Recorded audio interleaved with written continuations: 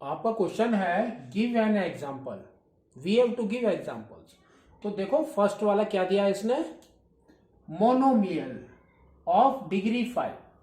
तो monomial means single term, one term, एक ही टर्म में आपको लिखना है and degree should be 5।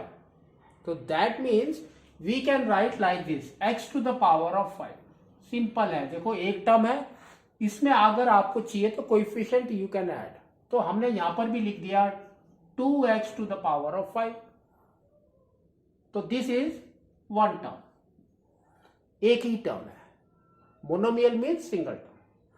Now here it is a binomial. Binomial means two terms, we have to write two terms, but the degree is 8. That means highest power is 8.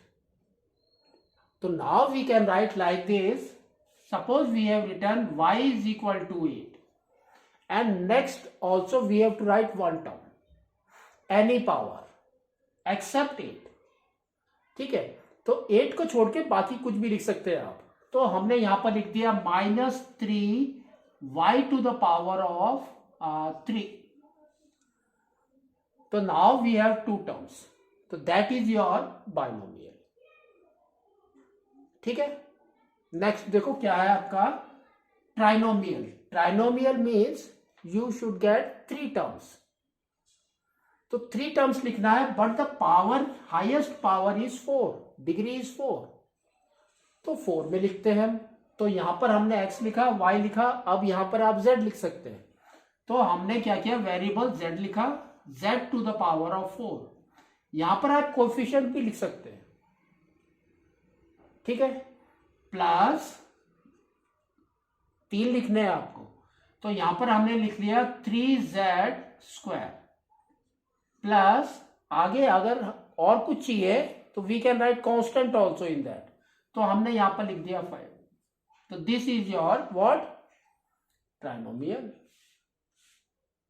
ठीक है, next देखो क्या है आपका monomial. That means single term of degree 0। तो degree 0 का मतलब क्या होता है, इट्स अ कांस्टेंट, है ना। तो देखो इट्स अ कांस्टेंट। सपोज मैंने लिख दिया यहां पर 5, तो इट्स ट्रू। वाई मीन्स, इसको अगर आप दूसरे तरीके से लिखेंगे तो कैसे होगा, ये 5 और यहां पर लिख लिया x to the power of 0, degree is 0।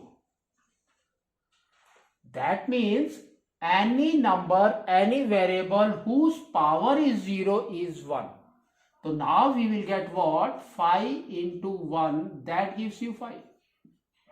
तो therefore degree 0 means it's a constant. ठीक है, तो हमको याद रखना है इट्स अ कांस्टेंट।